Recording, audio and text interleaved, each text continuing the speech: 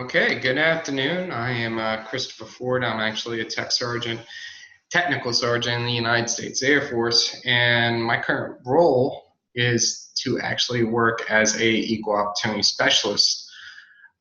There are multiple facets of the job that a lot of people don't realize that as an EO specialist in the United States Air Force, we do.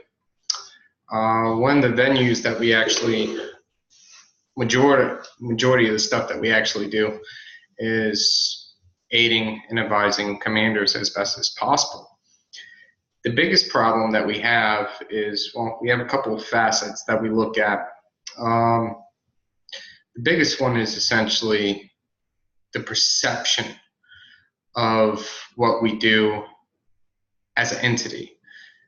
We're known as the EO police, stuff like that, because of the mere fact that because we have such access to commanders and leadership like that, it creates a illusion that go talk to EO and you can make things happen. That's not necessarily the case. A lot of people don't even understand our program, and the biggest thing about our program is depending upon whether you're military or a federal employee. If you're military, we can actually handle things proactively.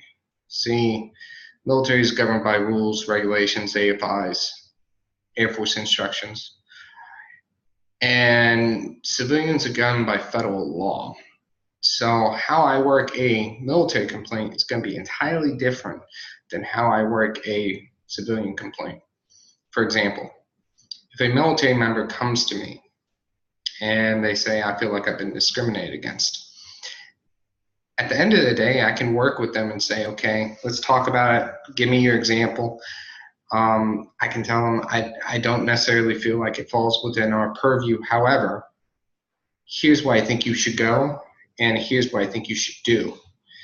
At the end of the day, we're able to resolve things a lot quicker at the lowest level in the military aspect. Civilian, on the other hand, if they state a basis of claim, whether there's any validity there or not, what can end up happening is if I impose my views or tell them what I think during that process, I am breaking my neutrality as an EEO specialist. And what that can do is actually put the Air Force in jeopardy of being sued by that civilian employee. So the best thing that I can always say is if they state a basis of claim, it can go down that avenue. And in the civilian complaint process, it's all about federal. Okay, they have to start informal, and once they start informal, it can take anywhere between 30 and 90 days during the limited fact finding, and that's once they actually sign pre-complaint and go through our process that we can actually start to work it. Now the issue with that is most of the time if they go through ADR, they might be able to resolve their issue because they'll have a responsible management official come inside and they'll be able to sit down and talk and might be able to get something resolved. If it doesn't happen and we issue notice of final interview and they sign within the 15 calendar days the DD 2655, what can end up happening is the formal process can take a very long time. When I say very long time, we have cases at the base I'm currently stationed at. They're as old as 4 years. This does not prevent management from taking it doesn't stop them from taking action.